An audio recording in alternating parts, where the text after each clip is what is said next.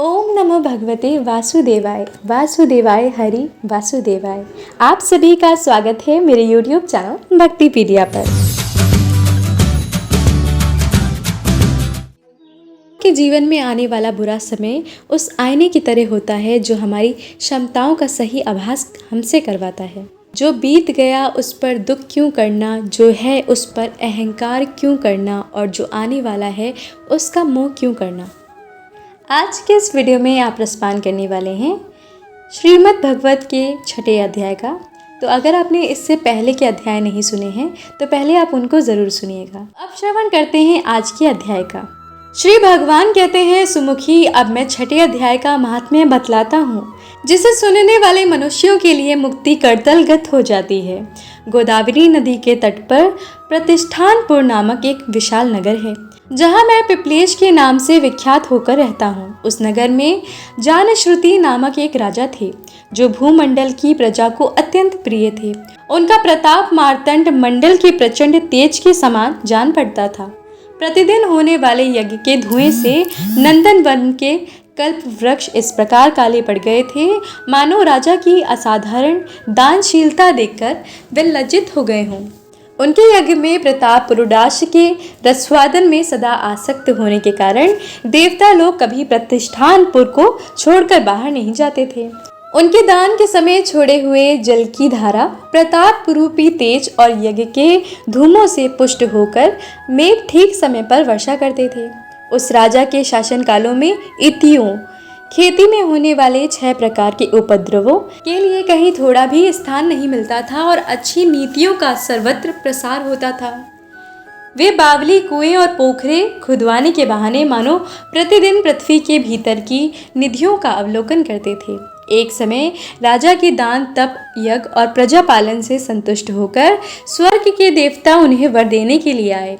वे कमल नाल के समान उज्जवल हंसों का रूप धारण करके अपनी पाखें हिलाते हुए आकाश मार्ग से चलने लगे।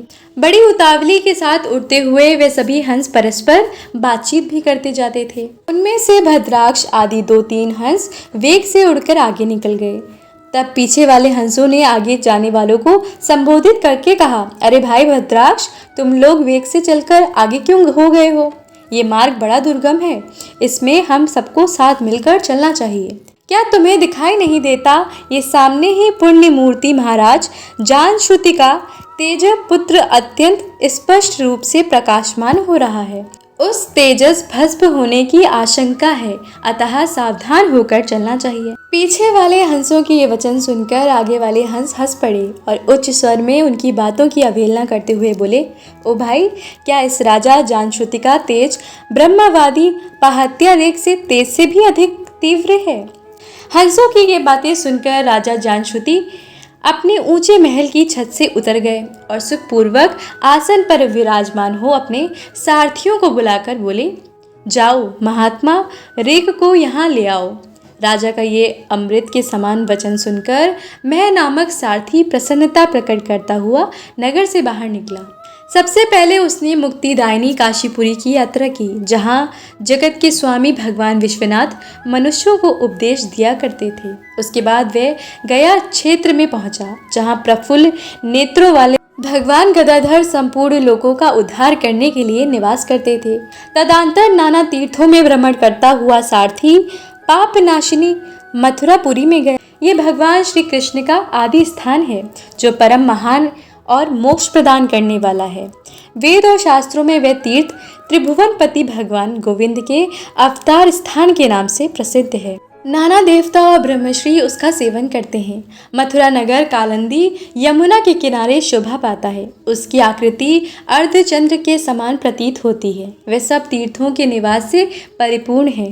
परम आनंद प्रदान करने के कारण सुंदर प्रतीत होता है। गोवर्धन पर्वत के होने से मथुरा राम मंडल की शोभा और भी बढ़ गई है। वह पवित्र वृक्षों और लताओं से आवृत है। उसमें 12 वन है। वे परम पुण्यमय तथा सबको विश्राम देने वाले श्रुतियों के सारभूत भगवान श्री कृष्ण की आधार भूमि है। तत्पश्चात मथुरा से पश्चिम और उत्तर दिशा की ओर बहुत दूर तक जाने पर सारथी को काश्मीर नामक नगर दिखाई दिया। जहाँ शंख के समान उज्जवल गगनचुंबी महलों की पंक्तियाँ भगवान शंख के 88,000 भांति शोभा पाती हैं।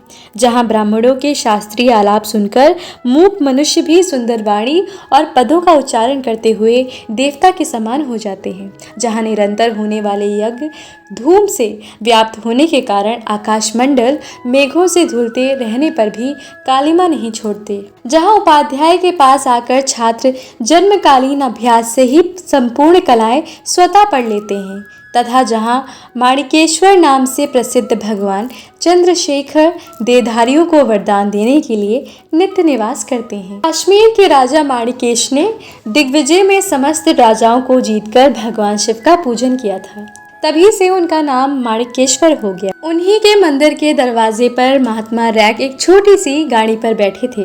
अपने अंगों को खुजलाते हुए वृक्ष की छाया का सेवन कर रहे थे। इसी अवस्था में सारथी ने उन्हें देखा। राजा के बताए हुए भिन्न भिन्न चिन्हों से उसने शीघ्र ही रैक को पहचान लिया और उसके चरणों में प्रणाम करके कहा, ब्राह्मण, आप किस स्थान पर रहते हैं? आपका पूरा नाम क्या है? आप तो सदा स्वच्छंद विचारों वाले हैं, फिर यहाँ किस लिए ठहरे हैं? इस समय आपका क्या करने का विचार है? सारथी के ये वचन सुनकर परम आनंद में निगमन महात्मा रैक ने कुछ सोचकर उससे कहा, यद्यपि हम पूर्ण काम हैं, हमें किसी वस्तु की आवश्यकता नहीं, तथापि कोई भी हमारी मनोवृत्ति के अनुसार परिचर्या कर सकता है। रैक के हार्दिक अभिप्राय को आदरपूर्वक ग्रहण करके सारथी धीरे से राजा के पास चल दिया। वहां पहुंचकर राजा को प्रणाम करके उसने हाथ जोड़ा, सारा समाचार निवेदन किया। उस समय स्वामी के दर्शन से उसके मन में बड़ी प्रसन्नता थी। सारथी के वचन सुनकर राजा के नेत्र आश्चर्य से चकित हो उठे। उनके हृदय में रैक का सत्कार करने की श्रद्धा जागृत हुई। उन्होंने 2 खच्चरियों से जुती हुई एक गाड़ी लेकर यात्रा की, साथ ही मोती के हार, अच्छे अच्छे वस्त्र और 1 सहस्त्र गाय भी ले ली।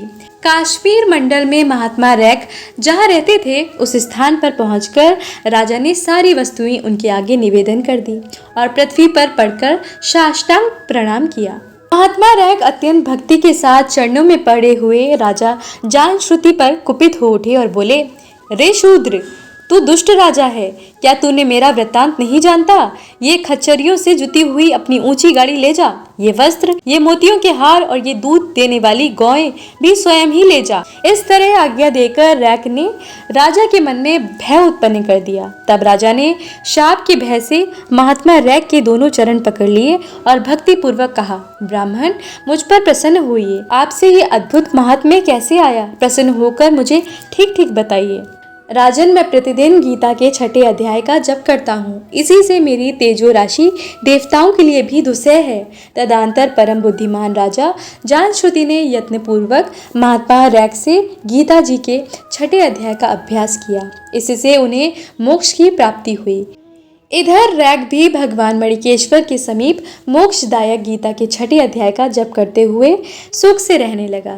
हंस का रूप धारण करके वरदान देने के लिए आए हुए देवता भी विस्मित होकर स्वेच्छानुसार चले गए। जो मनुष्य सदा ही इस एक अध्याय का जप करता है, वह भी भगवान विष्णु के ही रूप को प्राप्त होता है, इसमें तनिक भी संदेह नहीं है। तो ये था श्रीमद् भगवद गीता का 6ठा अध्याय। अगला अध्याय भी आप जरूर सुनिएगा।